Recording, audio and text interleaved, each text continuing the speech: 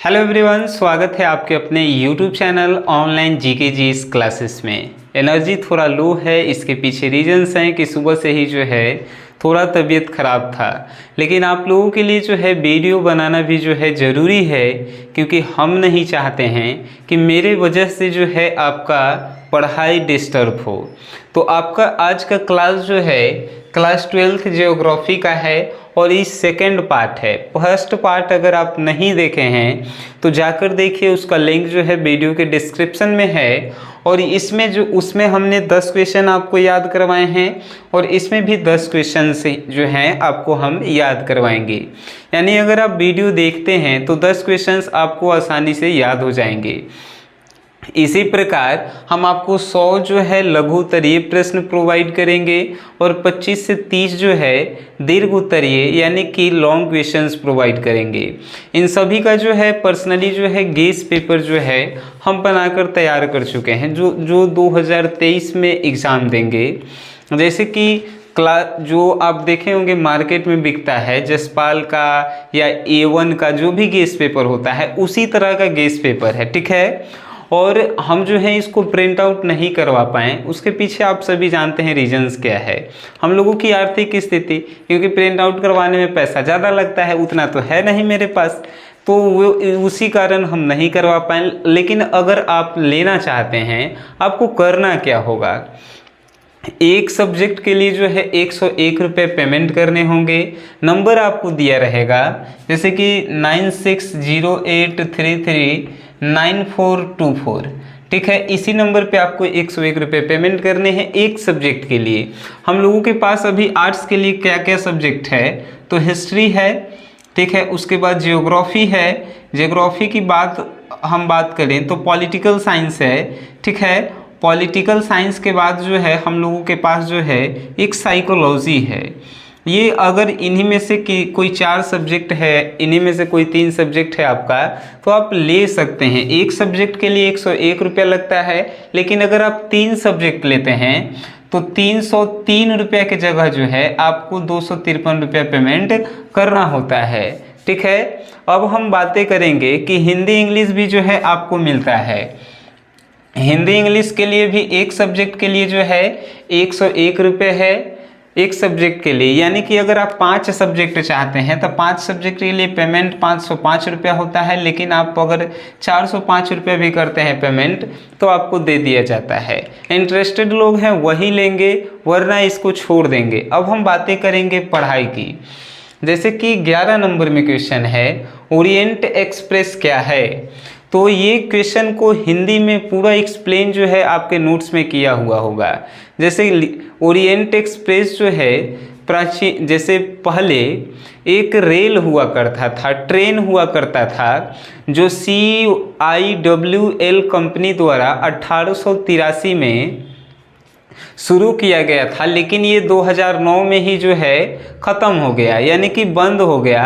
अब जो है ओरिएंट एक्सप्रेस जो है एक रेल मार्ग है। पहले ये रेल था, लेकिन अब जो है ये सिर्फ रेल मार्ग है। और रेल मार्ग कहाँ से है, तो उत्तर पूरब से लेके जो है दक्षिण पश्चिम तक है, ठीक है।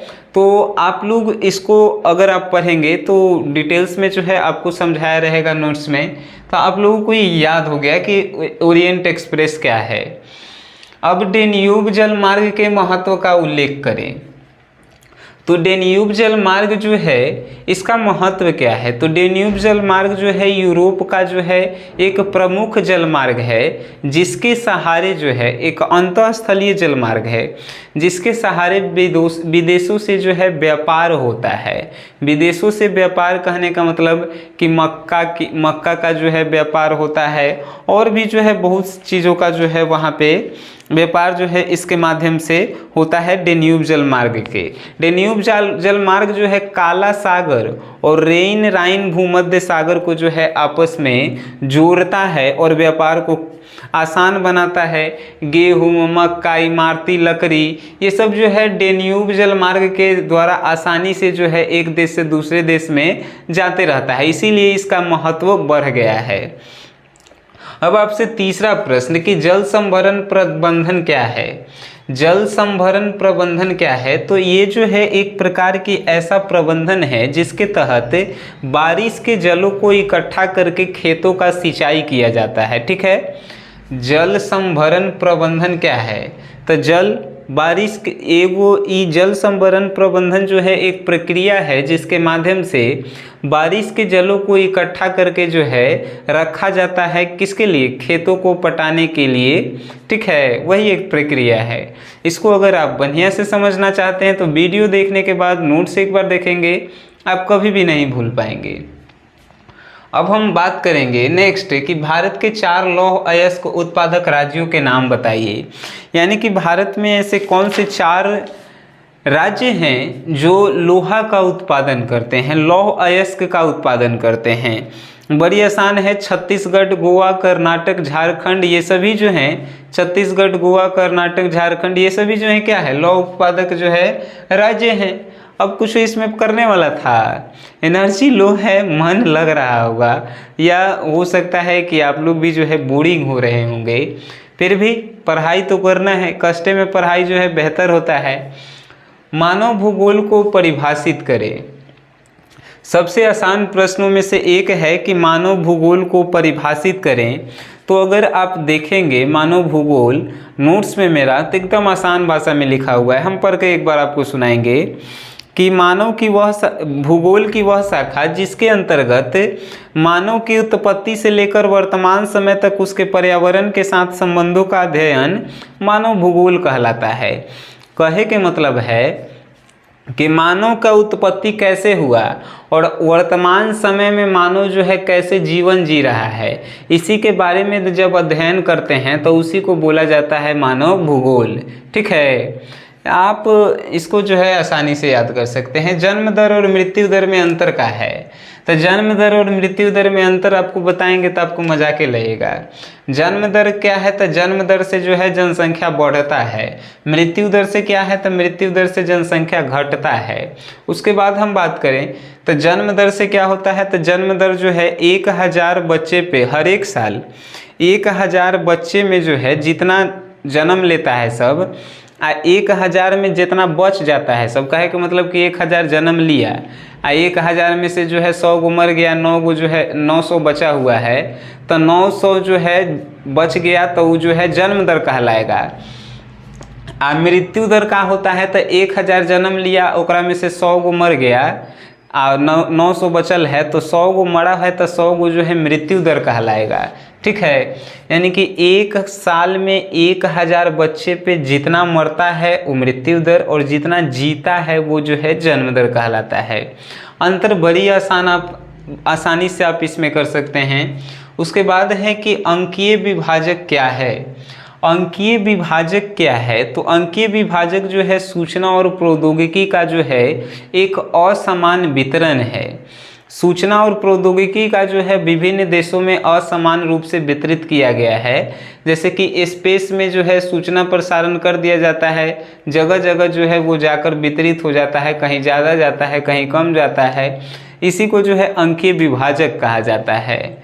ठीक है, अब पार महाद्वीपीय रेल मार्ग क्या है। पार महाद्वीपीय रेल मार्ग एक ऐसा रेल मार्ग जो 2 महाद्वीपों को जोड़ने का प्रयास करता है, उसी रेल मार्ग को पार महाद्वीपीय रेल मार्ग कहते हैं, है कि नहीं।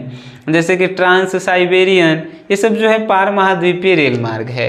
भारत के 4 प्रमुख औद्योगिक प्रदेशों के नाम बताइए।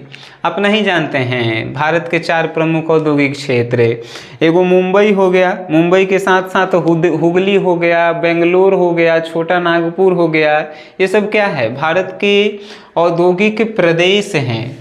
मुंबई में जानते नहीं हैं कि उद्योग ज़्यादा होता है। गोवा में छोटा नागपुर हो गया, यहाँ पे बेंगलोर में जो है उद्योग ज़्यादा होता है। उसके बाद हुगली में जो है ज़्यादा होता है। तो ये सभी जो है आसान प्रश्न थे। भारत में परिवहन के मुख्य साधन कौन है, बताइए।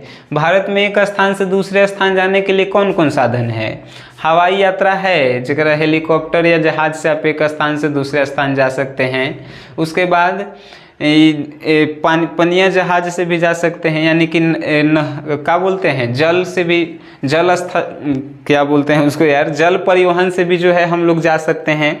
उसके बाद एक स्थान से दूसरे स्थान जाने के लिए हम लोग जो है रेल का भी इस्तेमाल करते हैं। रेल के साथ साथ उसके बाद जो है हम लोग सड़क परिवहन का भी इस्तेमाल करते हैं एक स्थान से दूसरे स्थान तक जाने के लिए। तो ये सभी जो हैं सिंपल भाषाएं में कहें तो आसान प्रश्नों में से बहुत ही आसान प्रश्न है।